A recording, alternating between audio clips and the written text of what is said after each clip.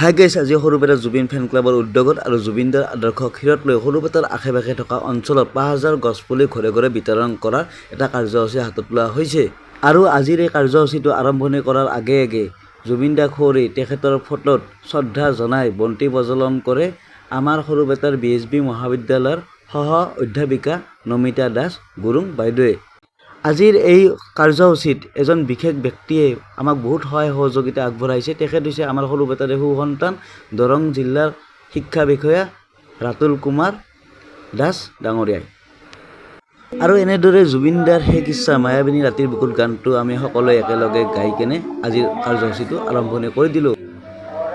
আৰু এইজন হৈছে সৰুপেটা জুবিন ফেন ক্লাবৰ সম্পাদক দীপজ্যোতি কলিতা। আৰু ইয়াৰ প্ৰচেষ্টা আৰু উৎসাহতে আমি সৰুপেটাত জুবিন ফেন ক্লাবটো খুলিবলৈ সামৰ্থ হৈছিলোঁ।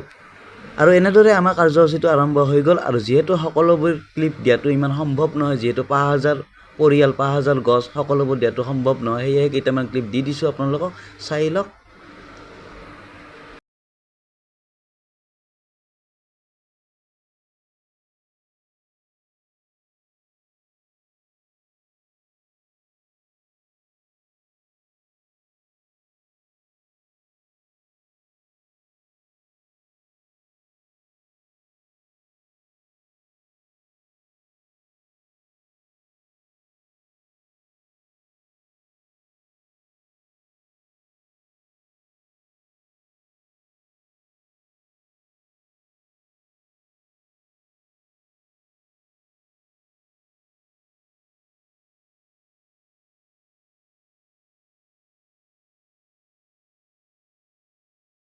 এনেদৰে এতিয়ালৈ ৪খনমান গাঁও ঘূৰি আহি নমিতা দাস গুৰুং বাইদেউৰ গৃহত অলপমান জিৰণি ল'লোঁ আৰু লগতে তেখেতৰ মাতৃকো এটা গছপুলি দি দিলোঁ।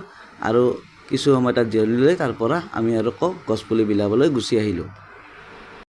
আৰু আজিৰ এই কাৰ্যসূচীটোত বিশেষকৈ আমাৰ এই ডেকা ভাইটিসকলক মানিছোঁ দেই, তেখেতসকলে দিনৰ দিনটো একো নোখোৱাকৈ কাৰ্যসূচীটো ইমান ধুনীয়াকৈ চলাই নিছে।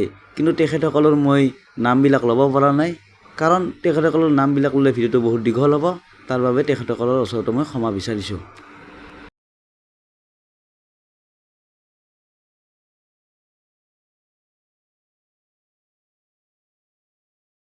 আৰু আজিৰ এই ভিডিঅ'টো কৰাৰ মূল উদ্দেশ্য এইটোৱেই যেন আমাক দেখি যেন আৰু কোনোবাই আমাৰ নিচিনাকৈ এই কাৰ্যসূচী হাতত লয়। কাৰণ জুবিনদাই সৃষ্টিয়ে ভাল পাইছিল, ধ্বংস নহয়।